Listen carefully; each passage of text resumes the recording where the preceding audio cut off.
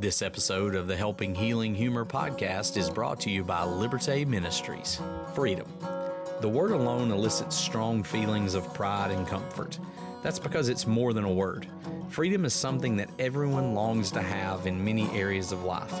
At Liberté Ministries, it's at the focal point of all they do. The word liberté means freedom, and so they strive to help those in Haiti find freedom in education, in economic self-sufficiency, and most importantly, freedom in Christ. Liberté works with 23 congregations of the Lord's people in Haiti and operates 2 schools that have a combined attendance of 600 students. They also have the Haiti School of Biblical Studies, a 4-year college that not only provides crucial training for preachers, but also for teachers and other church leaders. In addition, there is Harry's Home, a children's home that sees to the physical, emotional, and spiritual needs of many children. Go to TravisLovesHaiti.com for more information on how you can help spread the good news of Jesus in Haiti. Welcome into the Helping Healing Humor podcast with Ben and Travis. I am Travis Creasy. That's Ben Hayes. And that's Will Mahan right over there. That's right. And we have some wonderful guests. We have some wonderful guests. But before we do that, I cannot forget to say that this is brought to you by lads2leaders.com. Exactly That's right. Lads, the number 2, leaders.com. But yes, Y'all you're are right. welcome. We do have some tremendous guests that we have been after to be on the podcast for almost a year now. And so they've finally thrown us a bone and come on the show. And that is who, Ben? That is Dale and Jeff Jenkins, and I think everybody knows them. Will can probably introduce them better than I can. Everybody's going to recognize them from the Jenkins Institute, and they are everywhere. If you go somewhere, you will see one of them. If you have anything that has a board on it, then they've probably are serving on it in some way. I've realized that this week. Every time I talk to somebody, they're like, yeah, Dale's on our board or Jeff's on the board. So they're very well known, and we appreciate them and love them very much. And Will, I think, got to work for a little while with Jeff, right? Unfortunately, didn't learn very much. Or we could say anytime I screw up ministry, Jeff is to blame for part of that. It was a tough summer, I'll tell you that. It was 2 summers. So. See, he's already blocked out one of them. Jeff doesn't even know. Yeah, he's blocked out one of them. He doesn't care about the youth I didn't know minister you were at the there 2 table. summers. I know. Jeff's gone the whole summer, if I remember right. Well, that's probably true. Yeah, we usually caught him twice for lunch at one of the Mexican joints in town. So. Very nice. So you guys do something that now, doing this full time, the Jenkins Institute. So tell us a little bit about what that is for somebody who's watching that doesn't know. Well, to make it as simple as we possibly can. And by the way, It's good for us. Helping healing humor, or y'all are That's right. trying to heal humor and help humor? Or Yes. Is that those good? Okay. Whichever one comes first. Whichever one. We just like it because it's the Triple H podcast, and so it makes us feel wrestling. No, anyway, go ahead. To make it as simple as we can. Yes, make it simple. Our mission and goal is to help encourage and help grow ministers. The tagline we've used for years is serving God's servants. It's awesome. So we were meeting with some elders recently, and they said, so how many employees do y'all have? They wanted to know all about it. And I said, you're looking at, these are the employees. This is it. The Jenkins Employee Institute. 1, employee 2. Right here. We're all that we have. So we wanted to honor our father, who was a great preacher in Alabama for 43 years, and he loved preachers. He instilled that kind of in us, and we love preachers, and we love you guys. Y'all are great. Thank you for inviting us a year ago and putting up with our times, but we want to help preachers as much as we can. That's what we want to spend the rest of our life doing. So what are some of the things that you do to help preachers? What are some of the things that are on there? So what's happened, we actually started the Jenkins Institute, which sounds really official, doesn't it? It does. It does. Jenkins Institute. Yes. We need to be institutionalized. One of us at least. I had a blog and Jeff had a blog, and Dad had died, and we were talking one day when another guy was preaching. Jeff and I were talking to each other because It was at the Freedheart of Electorship. I'll never forget, in Old Chapel Hall, and the guy was as boring as he could possibly be. And Jeff leaned over to me and he said, I've got an idea.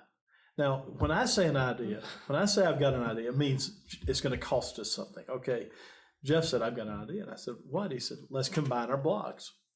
And my immediate response was, Jeff, you don't want to do that. You see, what most anyone who knows this knows is Jeff's the mature one of the two of us. I get us in trouble.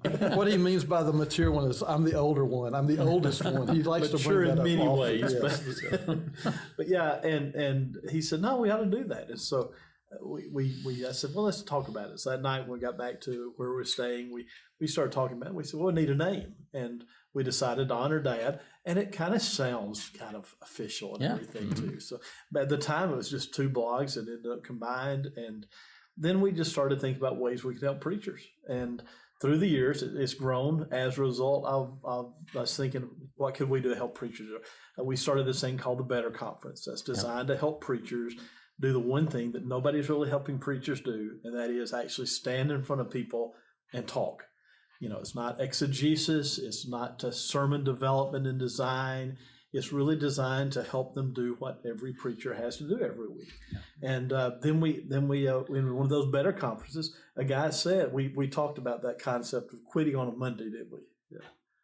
Yeah, and the guy said, so is there anything in print about that? Y'all got anything? So we write these weekly articles on Monday to encourage preachers. And so then we started put the first one in book form on Monday, and then we did Don't Quit on Tuesday, and now we're up through Saturday, and next year will be Sunday, and we don't know what we're going to do after that. We're going to guess after that everybody's going to quit. But 2.0. Yeah, 2.0. there you go. I like that. Yeah. So we've done about 30 of the Better Conferences, and then we started writing some books, and we've published about 30 books, and we do the annual Bible study books that a lot of churches use, and a lot of preachers use them for preaching, and then we do the Sunday night prayers, and just everything we do is, our thought process is everything we do is geared toward preachers to try to help make their life a little bit more pleasant, a little more enjoyable, to make their work what they would like for it to be.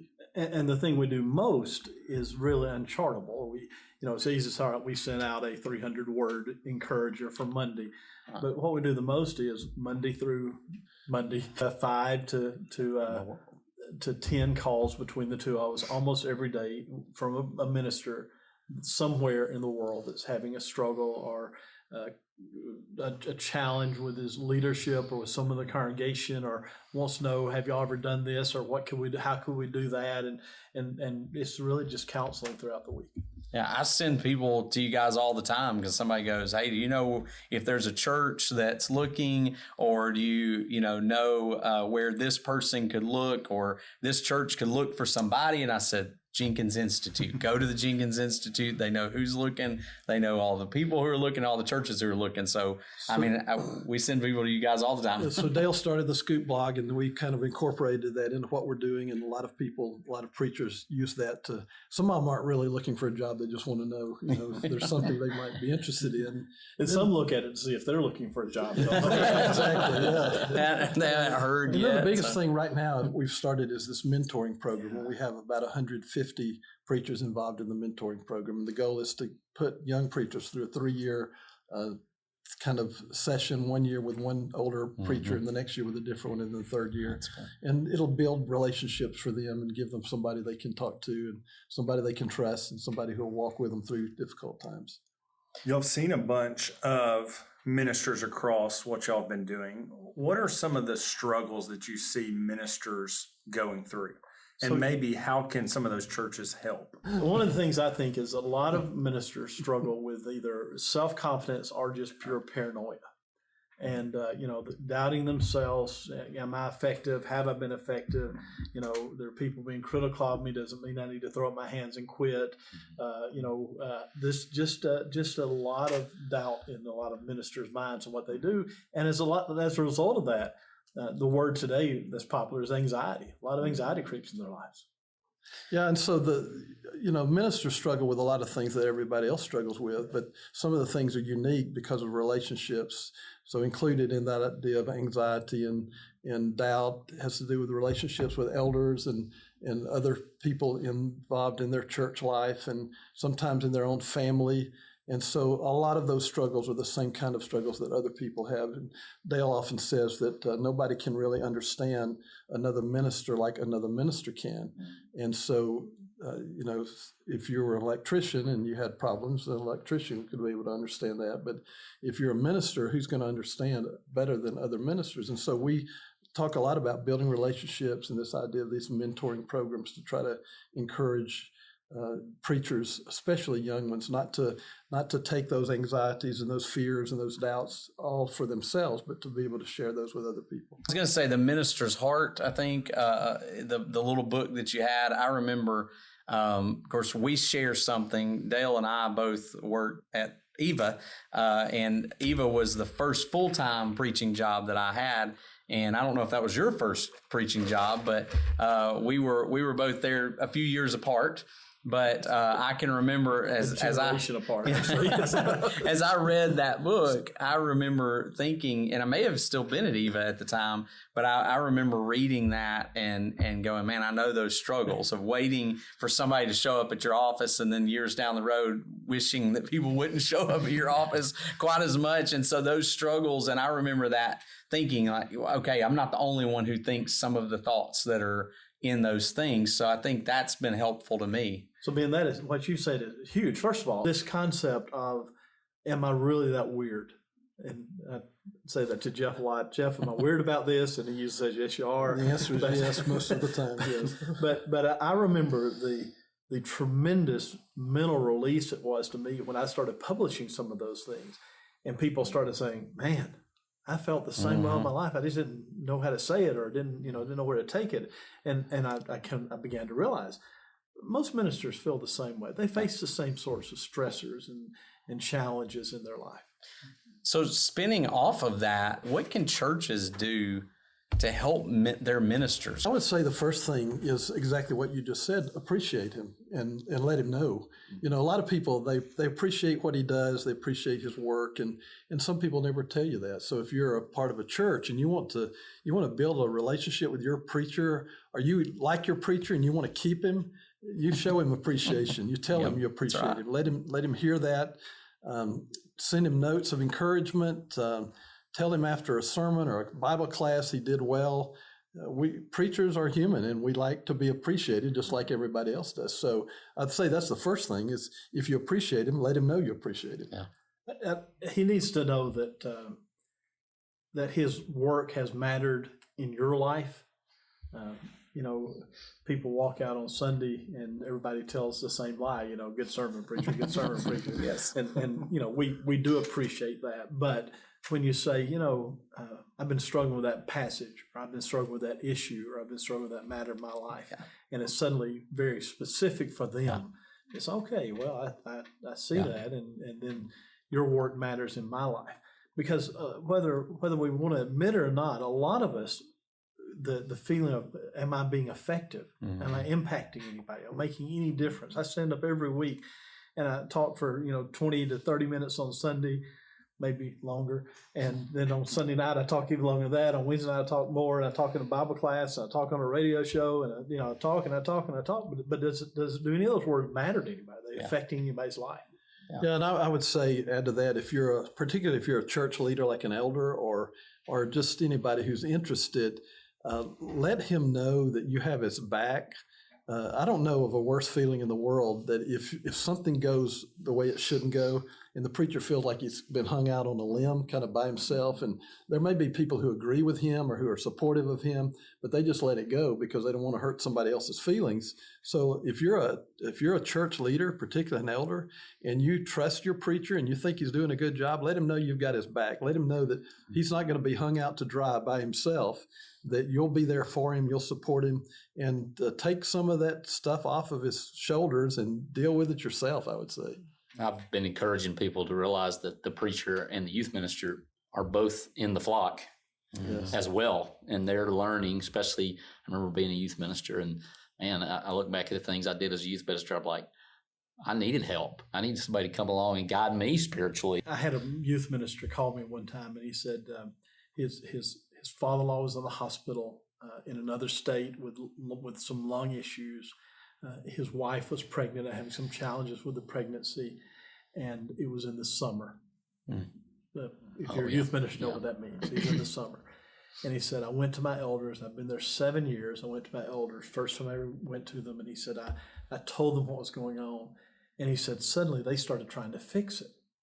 And he said, all I wanted them to do was treat me like they would treat any other member and pray for me and tell me they love me and tell me it's going to be all right, rather than trying to fix it or trying to work through some problem in the church. I just needed them to care for me.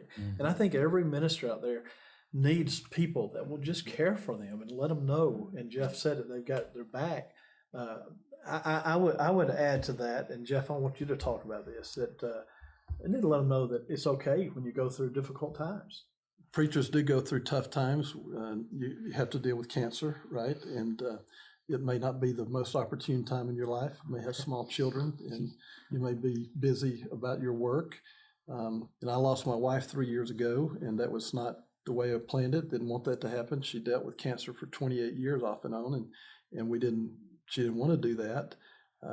We didn't want to lose her. She was still young, relatively speaking, not compared to you guys, but she was still young, and we weren't ready for that to happen.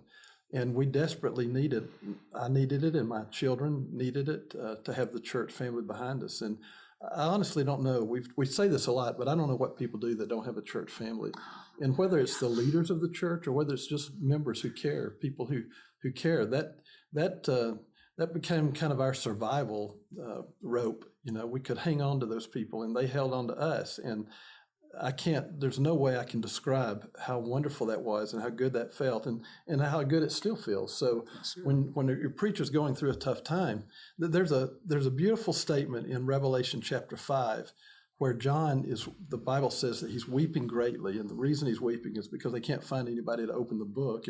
And the text says in Revelation 5 that one of the elders came over to him. One of the elders in Revelation 4:4 talks about 24 elders on 24 thrones, and people try to figure out who those elders are, like 12 tribes of the Old Testament, or 12 sons of Jacob, or 12 y'all prophets, get ready to have your mind blown or here. 12 apostles, 12 apostles from the New Testament writers.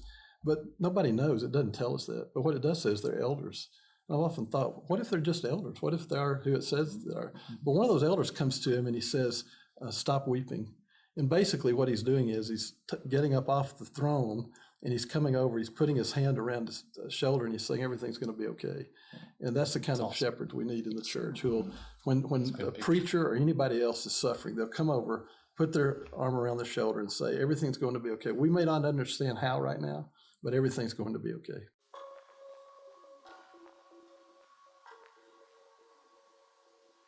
On the Helping Healing Humor podcast, we talk about anxiety and stress and its impact on our everyday lives. We know that finances, including planning for retirement, is one of the leading causes of stress. It can be confusing and overwhelming. There are differing opinions on the best approach. It can be hard to know who to trust. For our retirement planning, Whitney and I trust Greg Howell of Howell Wealth Management at Northwestern Mutual. Greg is professional, knowledgeable, and accessible. He looks at the whole picture and thinks outside the box to create ways to help you reach your financial goals. Retirement planning can be especially challenging for ministers who do not have the benefit of a 401k, but Greg's expertise and creativity can get you on the right path and give you confidence for the future. Text him to schedule your free 15-minute consultation today at 931-638-1576. Be sure to tell him Ben and Travis sent you. Remember, that's Greg Howell of Howell Wealth Management at Northwestern Mutual, 931-638-1576. I can remember being intimidated. Gary Gooch was our preacher at Jacksonburg, and being intimidated for no reason, not how he presented himself. But he was just a guy that got up and spoke, and I was so intimidated, and it was such a blessing to me as a young kid and as a young Christian when I went to his house and spent time with him and realized, he's just a human being. And so even going to conferences like we are, Ministry League experience, this hanging out with people that, you might see up on stage and go, wow, but they're struggling with things and going through it. And it's always important to remember that at the bottom line, they're Christians. And we're Christians, and we're all trying to get to the same spot. One of Jeff's favorite quotes from one of his real heroes is, "There's a hurting in every pew." The guy says there's hurting on every pew. Yeah. And then, another good friend often says that everybody has a story. And some people just want to tell their story and be heard. And that's what good Christians will do, is listen to the story. And I would encourage church members to listen to your preacher's story, your youth minister's story. He's got things in his life that he needs to share too. And so if you'll be a listening ear, that'll go a long way in building strong relationships that will be last a lifetime and be healthy and help the church as well. So I don't think we covered the website, the actual address. So you want to give us that real quick, and then we'll have a good old fun question to wrap things up. TheJenkinsInstitute.com. It's really complicated. I love it. TheJenkinsInstitute.com. It's got all of our resources, all of our upcoming seminars, all of the books that we sell, all of the articles that we write. The daily Bible study guide that we do every year is great. Designed for church members in the pew to study with your families at home, to study in small groups and Bible classes. Your thoughts from the mound. We've got Thoughts from the Mound and More Thoughts from the Mound, a couple of books we've done. And so, and even the books on Don't Quit on a Monday, a lot of those articles, people could read them and think about their own personal struggles. I think elders and churches, congregations can help ministers by letting them know it's okay sometimes when they make a mistake, when they fail, because we're human and we're going to make mistakes. I'm not giving us license to do that. I don't have to give us license to do that. We're going to do it. Yes. And if one of those boards that I serve on over 20 years ago, one of the chief executive officers of the organization made a mistake. And for about 4 or 5 years, every year, somebody on that board would remind this individual of the mistake they made. And one day he just blew up in the meeting. He said, "Listen, that's 5 years ago. I learned from it. I'm past that. Will you please let me move on?" And I think that maybe a lot of ministers need to know they can move on. We have a challenging dynamic sometimes that we set up where we have to be perfect, but everybody knows we're imperfect. And so if next Sunday, and I'm not advocating that we do this, I don't know how to do it really, but if next Sunday you preached, Ben, and somebody came forward and said, "I'm struggling with alcoholism," and you prayed for them, and somebody that was loved in that church, as soon as that service was over, you know what would happen? Everybody in that church would come up and rally around that guy and hug him and tell him, "We're praying for him." If you got up next Sunday and said, "I'm struggling with alcoholism," what would happen? It's a challenge. You're having that family that rallies around you in that church. And I hear a lot of ministers tell those horror stories. And I've been blessed with the places that I've been to have people who have rallied around. Again, I don't know how everybody would respond in those situations, but it is. And when you find that, it's hard to let go of that, because that's a good place. And I would add along that line that I think the vast majority of people are really good people, and they really do help. They do want their preachers to do well, and they help preachers. And sometimes, we tend to get focused on the small minority of people that don't like us or don't like something we say, and we forget about all the people that do. So sometimes it's good just to be around people that love you and care about you. And the mistakes that church leaders make a lot of times, they're not dishonest, ugly, mean mistakes. Yeah. They're just human mistakes. Yeah. It's how they thought they should respond. It may not be the best way. It goes back to what Travis said about that earlier, just that you're a part of the flock. And I think that's the key too, is allow them to do things and be a part of the families and the congregation. That's been a great asset at Highland Park with us and our family, is we felt like we're a part of the family. And I think sometimes that's hard for people who are moving into an area to feel, and it takes some time. So I know this preacher certainly lies awake at night after delivering lessons and going, "Man, I wished I wouldn't have said that. Man, that was really dumb. Man, I wish." And so I think people miss out on that we know we make mistakes because we talk a lot, and that's inevitable. Bible tells us, right? But to have somebody come and say, "Man, I really never thought about it that way," or whatever that may be, is encouraging in its own, even if you don't even agree. But I've never seen it from that perspective. It can be good. We're paid to talk. Yes. Yeah, my wife often reminds me, though, we're not paid by the word. If you could sit down and have a meal with someone from the Bible, or someone's, if you've got 2 or 3, that'll work, other than Jesus, right? I think we all would agree Jesus would be first. Who would that be? Who would you invite to dinner to sit down and have a conversation? I would want to sit down with Barnabas. I don't want to know what it felt like when he wrote the book of Hebrews. Hot take. We don't get a lot of those. We do not get a lot of those on the podcast, but I love it. Thank you, Dale. I don't know that, but I would like to sit down with a guy. And, the guy that when the church started passing out names, the name they gave him was Encourager. Man, I mean, how much better could it get than that? Peter the Rock. I mean, great. But I don't want to sit down with Barnabas and talk to him and know more about him. We know a lot about John and Peter and Paul, but I'd like to know more about him. I'd like to talk to him. I would probably choose to sit down with John, because John, I do believe he was the closest friend that Jesus had, and he knew Jesus perhaps better than anybody. He said on one occasion that we could have written more, and if we would have written everything, all the books in the world. So obviously he knew a lot about Jesus that he didn't tell us, and I would love to sit down and have that conversation, say, tell us more. What was Jesus like? How did he think? What motivated him to do the things that he did? And I think John could give us a lot. He's already given us a lot of insight, but I think he could give us more. He said, we beheld his glory. Yeah. And, sometimes we get those very personal verses. He really did. Mm-hmm. We want to encourage you, especially if you're a preacher, to check out the JenkinsInstitute.com. Gentlemen, it is always a pleasure to hang out with y'all. Thank you for coming on the show. Great, our pleasure. Thank you for having us. Love y'all guys, and thank y'all for all y'all do to help others.